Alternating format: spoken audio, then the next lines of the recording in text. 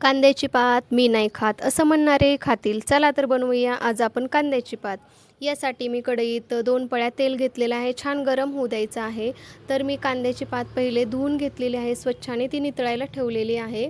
आणि या तेलामध्ये जिरी मोहरी टाकायची आहे छान तडतडल्यावर. आणि पातीच्या साईडचा जो कोवळा कांदा असतो तो मी बारीक कट केलेला आहे आणि तो थोडासा तळून घ्यायचा आहे. आणि एक महत्त्वाची टीप म्हणजे कांद्याची पात ही अगोदर धुवून घ्यायची आहे आणि नंतर कापायची आहे. धुतल्यानंतर जर तुम्ही कापली तर सगळे विटॅमिन पाण्यात निघून जातील आणि काहीच फायदा होणार नाही, एकही विटॅमिन पोटात जाणार नाही.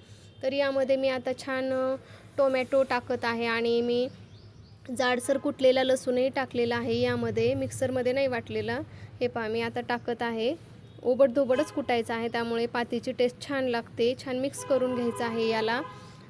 छान रंग पण दिसतोय. थोडीशी हळद आणि तिखट टाकायचं आहे 2 चमचे. आणि ही भाजी तिखटच पाहिजे, जर सपक असेल तर चव लागत नाही, त्यामुळे थोडीशी तिखटच टाकायची. थोडंसं हिंग टाकायचं आहे आणि छान मिक्स करून घ्यायचं आहे. आणि ही मी कापलेली ही कांद्याची पात किती छान दिसते, हिरवीगार. आता छान मिक्स करूया. आणि मी अगोदरच पाण्यामध्ये डाळ भिजायला टाकलेली होती, तुरीची डाळ. त्यामुळं काय होतं तर पातीसोबत ही डाळ लवकर शिजते. आता छान मिक्स केल्यानंतर ही डाळ आता आपण यामध्ये टाकणार आहोत.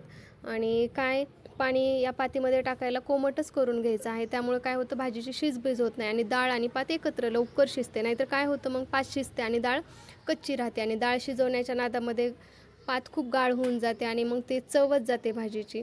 तर आता पात टाकलेली आहे फोडणी. आपण वरून त्याला थोडंसं मीठ चवीनुसार टाकायचं आहे.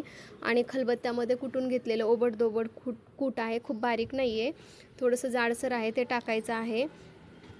मी आणि आमच्या ताई आम्ही दोघी मिळून छान स्वयंपाक करतो. आम्ही दोघी जावा जावा गप्पा मारत मारत स्वयंपाक बनवतो. तर कांद्याच्या पातीसोबत खायला भाकरी पण तयार झालेली आहे. आणि ही कांद्याची पात भाकरीसोबतच छान लागते. पोळीपेक्षा तुम्ही एकदा भाकरीसोबत खाऊन बघा, नक्कीच छान लागेल. आमची भाकरी पण छान फुगत आहे, पाहू शकता तुम्ही. आम्ही दोघी जावा मात्र कधीच एकमेकीवर फुगत नाहीत. छान गप्पा मारत मारत स्वयंपाक करतो, पण आमची भाकरी मात्र छान फुगते. तर तुम्ही या चॅनलवर नवीन असाल तर चॅनलला सबस्क्राईब करायला विसरू नका आणि व्हिडिओला लाईक करा. तुमची आमच्या चॅनलच्या ग्रोथमध्ये महत्त्वाची मदत होईल आम्हाला. नक्की सबस्क्राईब करा. व्हिडिओ बघितल्याबद्दल थँक्यू आणि एकदा ही रेसिपी नक्की ट्राय करा.